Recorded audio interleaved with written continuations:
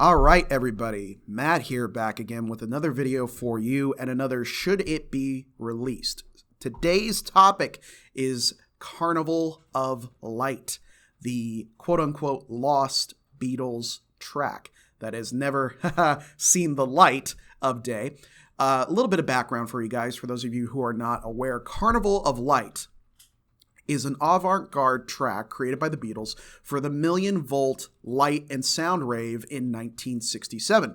It runs about 14 minutes, and it can best probably be compared to Revolution Number 9 off the White Album. It's abstract, and it's insane in nature, with the band just pretty much running around the studio, hitting random keys on the piano, screaming into microphones, reverbs, sounds, things like that. After being played live once at this particular event, it went back into the hands of the group, only being played a few select times for a few select people. McCartney has tried multiple times to get the song released. However, he has always been vetoed by the remaining members of the band. It has since become one of the most sought-after tracks in the entire Beatles catalog. So what this video is doing today is offering up arguments as to why it should or should not be released. So, arguments for Carnival of Light being released. Fans understand that it's weird. And quite frankly, they don't care. They want to hear this track. Every part of the Beatles they enjoy, they like for the most part. So they understand, yes, it's an avant-garde track. Yes, it's supposed to be out there. We get it. And, we don't care. We want to hear this. If they did release it, even as like a single download thing at 99 cents or $2 on the Apple Store or on Amazon or whatever, people would pay for it. People would fork over the money to hear this track. So they would be making even more money. Now, I know the Beatles are not in dire straits and they don't need the money, but it'd be, something else that they could rake in some cash over. Everybody tends to agree as well that they missed the opportunity to release this when they did the Sgt. Pepper re-release. And the kind of thinking behind it was from Giles Martin, who said, look, it wasn't really part of the Pepper sessions. They did consider it, but they didn't put it on there. I think that was a missed opportunity. And a lot of people think it was a missed opportunity because it would have fit pretty well with the particular release. Fans have been faking the Carnival of Light. I've heard and I've seen a couple of official quote-unquote or secret releases, and if you take 2 seconds and really listen to it, you can tell, okay, this is fake. But to have something that is so sought after that people are willing to fake it, I mean, that's a pretty good reason to release it. Completionists, people who want every scrap, every single piece of recording, they're gonna want it. Completionists want it. That's a good enough reason to release it. And it's art. It is abstract art, abstract sound, noise, art. Paul wants it. Paul wants to release it, which, I mean, he doesn't want Let It Be released, but he wants this released. So, why not? And time may be kind to it. Kind of one of the things internally about this particular track is that people within the Beatles organization tend to think, well, it was very much of its time, of that kind of 60s abstract sound, art, noise type thing. But I think time would be kind to it. And we can look at it now with that perspective of this is a snapshot, a listen to into that particular time period. And I think probably for me, the biggest reason it should be released is that it could inspire people.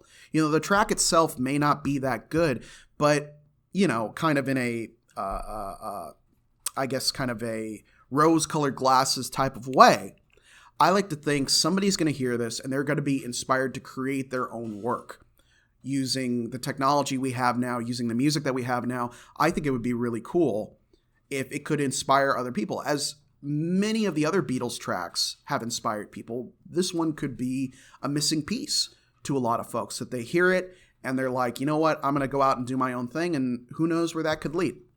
So those are kind of my thoughts on why it should be released. Let's talk about why it should not be released. As people within have said, and people who have heard the track have said, it's noise. It is a cluster, you know what, of pianos, guitars, screaming, sound effects. It is literally just noise. I think people have this misconception of, a lost Beatles song. Well, it's not really a song. It's just a more insane version of Revolution Number 9. It's unpolished. They recorded it. It's out there, and that's it. It's a jumble. It's a cacophony of sound. George Martin, Ringo, and George Harrison have all felt that it's not worthy of release. It's a scribble. It's a scrap. It's like seeing a napkin drawing by a famous artist. You could look at it, but you're going to be like, really? They did that? And if those guys, people in the band, and the man who produced the Beatles' work felt it's not good enough, it may not be good enough, Not only that, it's only one song. We're not talking about an album here. We're not talking about even a completed song with lyrics and stuff. There's nothing there from what I've heard. It's not even a missing puzzle piece. There's no link really to any other song, with the exception of the rumor that apparently you can hear some piano that sounds like the beginning of Fixing a Hole, which had not been recorded yet, by the way. Outside of that, there's really no other connections. Outside of fans, there's really no market for this. The run-of-the-mill Beatles just listener is going to hear this and be like, well, that was crap. I'm never going to listen to that again. And let's be honest here. Completely 100% honest, even to the Beatles diehards out there, you're going to listen to this once, maybe twice if we're being kind, but you are not going to put this on and, drive down the highway, windows down with this blasting. It's not going to happen. Maybe you'll play it on Halloween if you got a haunted house or something like that. The agreement that the band entered, it's an inverted democracy. If other people don't want to do it, they can't do it. And that's what they agreed on. That's how this company is set up now. That if one person doesn't want to do it, they can't do it. Those are the rules, and there's nothing we can do about that. The other thing is this may be looked at harshly as a cash grab. How dare you charge us $1 or $2 for one track that isn't even that good, that people in the band didn't even want out there, okay? It may be looked at as a cash grab, and nobody wants to look like that. So those are kind of the arguments I've heard on both sides over whether or not this track should be released. So sound off in the comments below whether or not you think it should be released. I can personally see both sides. Part of me wants it just so I could say I heard it.